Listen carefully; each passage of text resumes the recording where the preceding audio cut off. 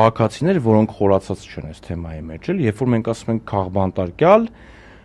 ասենք հակառակ ռոպագանդան ասում է ինչ քաղբանտարկյալ, այն մեկը հայոյան քար է, այն մեկը էս արը, այն մեկը այն արը։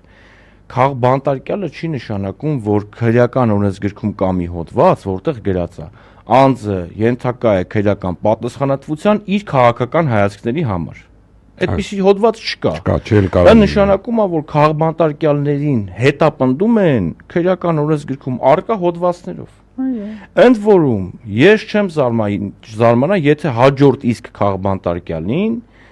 որևէ բան չգտնեն եւ մեղադրեն ծովահենության մեջ։ Ինչի մեջ կգտնեն։ Ծովահենության, պիրատության մեջ։ Հա, ինչ ուզես կասեն, այո։ Նաեւ նկատի ունենալով, որ Հայաստանում ծով եւ օվկիանոս չկա։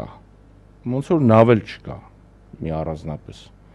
Հա, այսինքն մենք այս մեղադրանքների էության մեջ խորանում ենք մենք իրավաբաններս, բայց